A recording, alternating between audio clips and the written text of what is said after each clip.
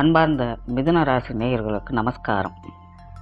March மாதத்தில் இருக்கக்கூடிய கிரக நிலைகளை ஆராய்ந்து பார்க்கும் பொழுது, இதுநாள் வரைக்கும் அஷ்டமஸ்தானத்தில் சஞ்சரித்து வந்த உங்களுடைய ராசி அதிபதி புதன் பகவான் இந்த மார்ச் மாதத்தில் அஷ்டமஸ்தானத்திலிருந்து யோகஸ்தானத்திற்கு அடி எடுத்து வைக்கிறார்.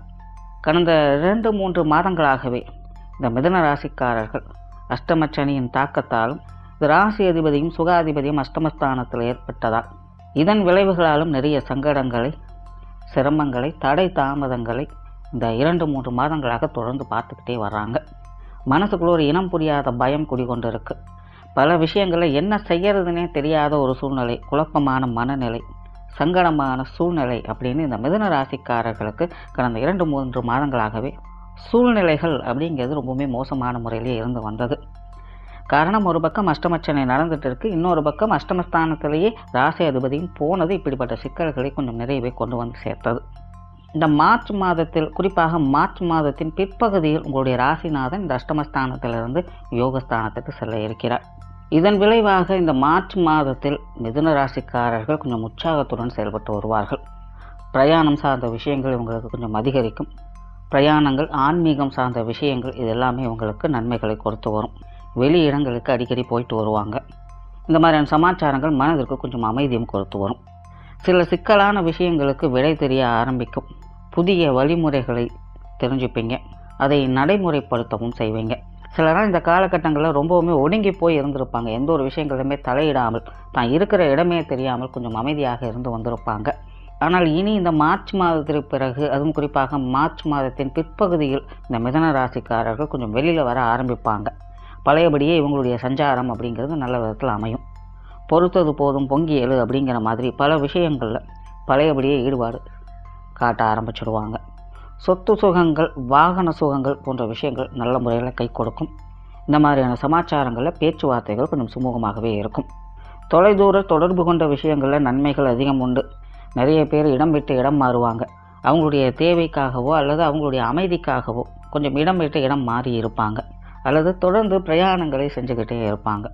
இந்த மாதம் செலவுகள் கொஞ்சம் கூடுதலாக இருக்கும். அதனால் சிக்கனத்தை கடைபிடிப்பது நல்லது. தேவையில்லாத விஷயங்கள், விரயங்கள் ஏற்படுவதை தவிர்ப்பது நல்லது. எல்லா விஷயங்களையும் கொஞ்சம் கணக்கு போட்டு செயல்பட்டு வர்றது நல்லது. இல்லைனா தேவையில்லாத விரயங்கள் ஏற்பட்டு, செலவுகள் ஏற்பட்டு மனசஞ்சலங்களை உண்டாக்கும். குறிப்பாக குடும்ப விஷயங்களுக்கு தேவையில்லாத செலவுகளை தவிர்ப்பது ரொம்ப ரொம்ப நல்லது.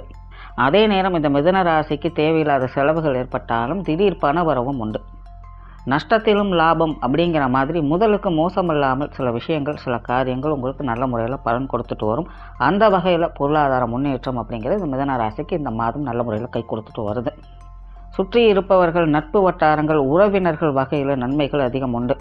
இவங்க வழியில் எதிர்பாராத மாற்றங்களை நிறையவே எதிர்பார்க்கலாம். சங்கடங்கள் கொடுத்தவர்கள் சமாதானமாக ஆரம்பிப்பாங்க.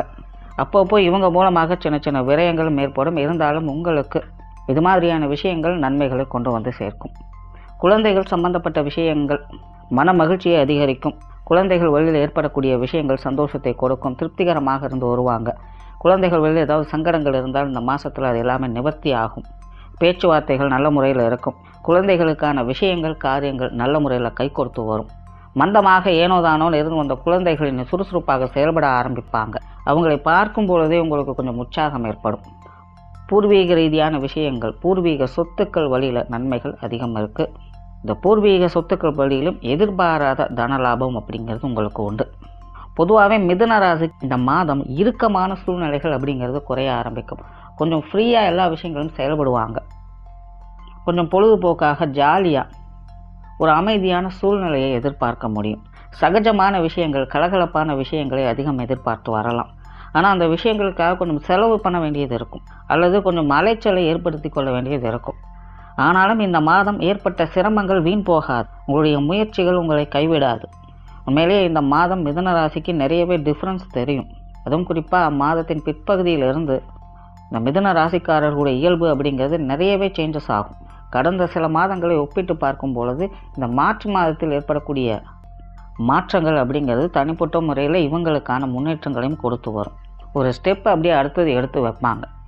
வீண் அலைச்சல்கள், சிரமங்கள், மந்தத்தன்மைகள் போன்ற விஷயங்கள் எல்லாமே குறைஞ்சி கொஞ்சம் சுறுசுறுப்பாக செயல்பட ஆரம்பிப்பாங்க.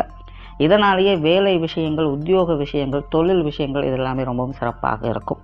வழக்கத்திற்கு மாறான அந்த மந்தத்தன்மை, அந்த டம்பான விஷயங்கள் எல்லாமே குறைந்து இயல்பாகவும் சுறுசுறுப்பாகவும் செயல்பட ஆரம்பிப்பீங்க. புதிய வேலை வாய்ப்புகள், தொழில் வாய்ப்புகள் நல்ல முறையில் கை கொடுத்து வரும். நீண்ட நாள் ஆசைகள் நிறைவேறும்.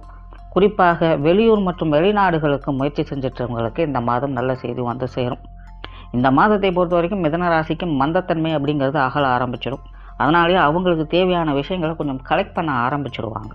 கணவன் மனைவி உறவுகள் கொஞ்சம் காரசாரமாக இருந்தாலும் சமாளிக்கிற விதத்திலேயே இருந்து வரும். பெருசாக எந்த ஒரு பாதகமும் இல்லை. விட்டு கொடுத்து போகிறதுனால பிரச்சனை எதுவும் இருக்காது. காதல் சமாச்சாரங்கள் நன்மைகள் உண்டு. நிறைய பேர் காதல் விஷயங்களில் ஈடுபாடுகளை அதிகம் காட்டி வருவாங்க. மாணவர்களுடைய செயல்பாடுகள் கொஞ்சம் சிறப்பாக இருந்து வரும். படிப்பில் கொஞ்சம் இன்ட்ரெஸ்ட் எடுத்து படிக்க ஆரம்பிப்பாங்க. சுணக்கமான விஷயங்கள், மந்தமான விஷயங்கள் அப்படிங்கிறது அகல ஆரம்பிச்சிடும். ஸோ மிதுன ராசியை பொறுத்த வரைக்கும் இந்த மாதம் இயல்பான வாழ்க்கைக்கு கொஞ்சம் திரும்பி வரலாம். நமஸ்காரம்.